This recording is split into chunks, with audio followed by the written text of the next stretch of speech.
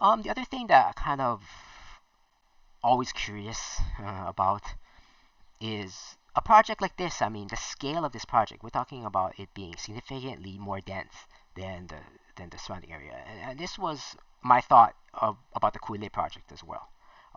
And the question I had was, um, why doesn't this need to go through the environmental assessment process? Because um, it seems like it's a significant um, sort of it's different, right? This building will be it's not like the other buildings in the area, right? Because it's asking for all these exemptions, so it's not really similar, right? So eh, I thought it would make sense to have an environmental assessment just to see what the impacts might be on this project. So um, Kule placed this, and so is this project.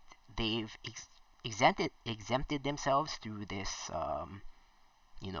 rule here. And let me bring up this rule so we can kind of see what this rule is here. So um, okay, so there's this law here. It says, oh, you might be able to exempt yourself from the EA. Then it says, okay, number 10. Okay, so affordable housing, you can exempt. Okay, so you have to meet all these qualifications here. Okay, so um, yeah, okay, so it's not Waikiki, whatever. Um, it needs to be like urban, so it can't be conservation. Okay, that's fine, whatever. Um, okay, this is the one.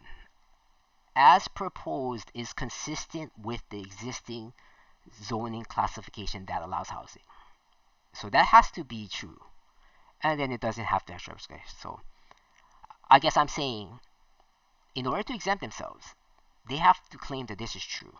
That the proposed project is consistent with the existing county zoning that allows housing.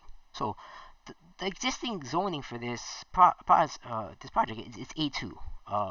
So it allows housing. It's apartment. Okay, fine. But it, uh, I mean, is it consistent with it?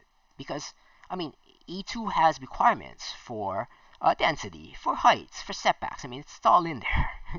It's the existing zoning, classification E2. Um, this project is going to ask for exemptions for many of those. And let me just like jump to the punchline here. Get to page 30 here. We'll see the exemptions they're gonna ask for. Okay, land use ordinance exemptions. So this is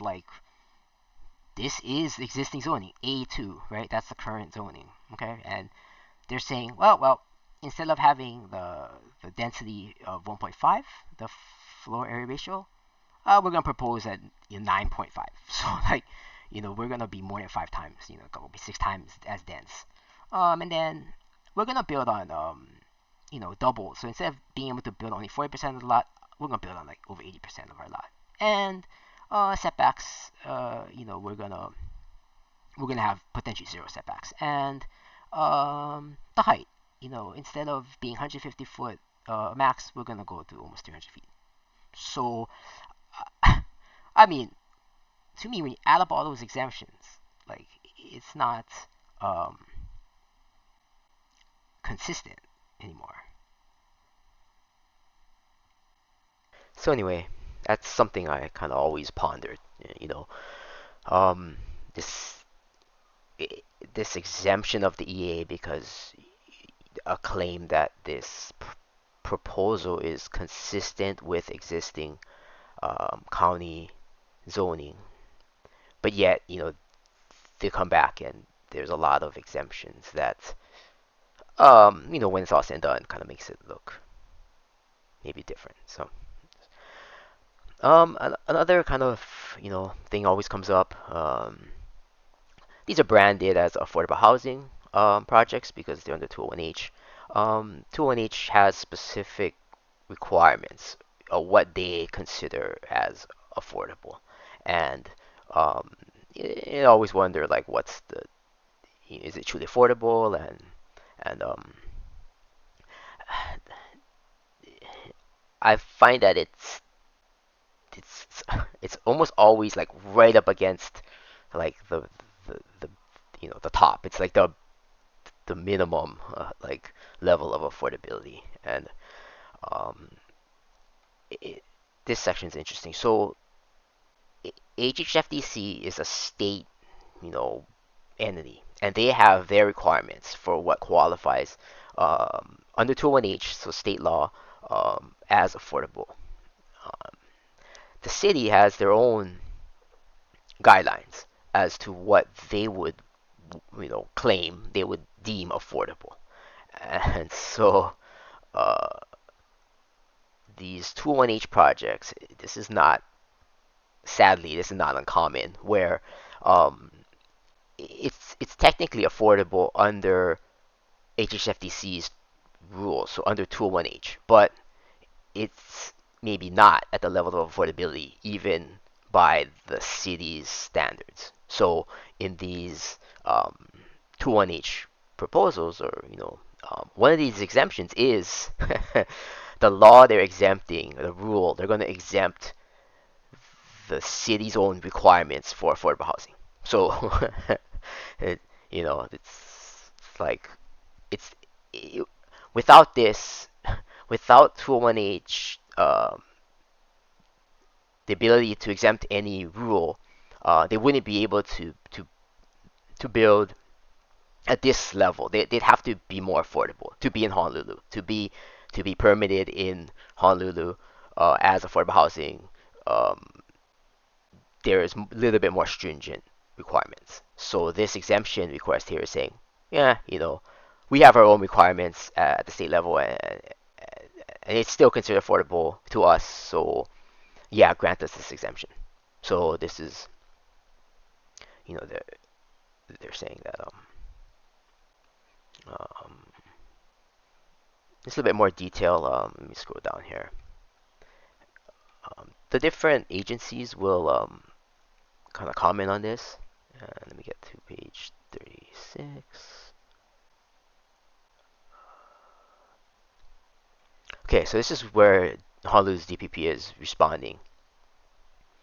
Um, and so going back to kind of this idea of the bundling, right? So this proposal has like those three scenarios, the three tracks, and um, my thought was they're pretty different, And this bullet two, DPP is kind of saying the exact same thing, that hey, greatest need is those under 80% AMI.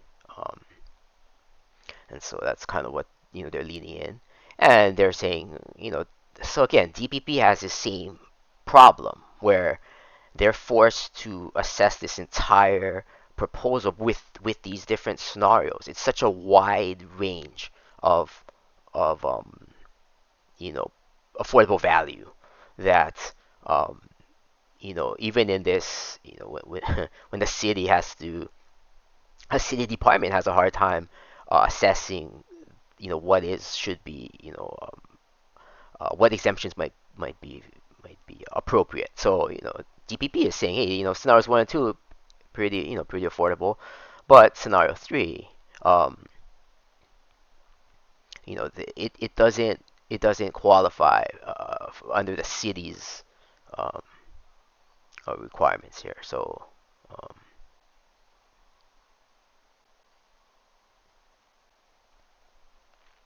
mm, yeah, here it does not warrant here. So um,